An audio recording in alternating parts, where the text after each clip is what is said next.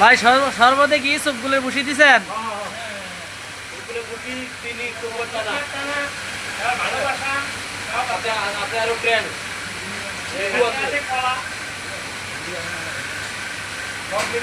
ভাই রোজার মাসে ভাই এটাই আনন্দ, একসাথে সবাই খাওয়া,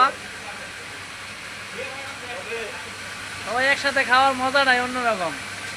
আমরা সবাই অফিসে ইফতার করব, এই জন্য সবাই আমরা ইফতারের আয়োজন করতেছি।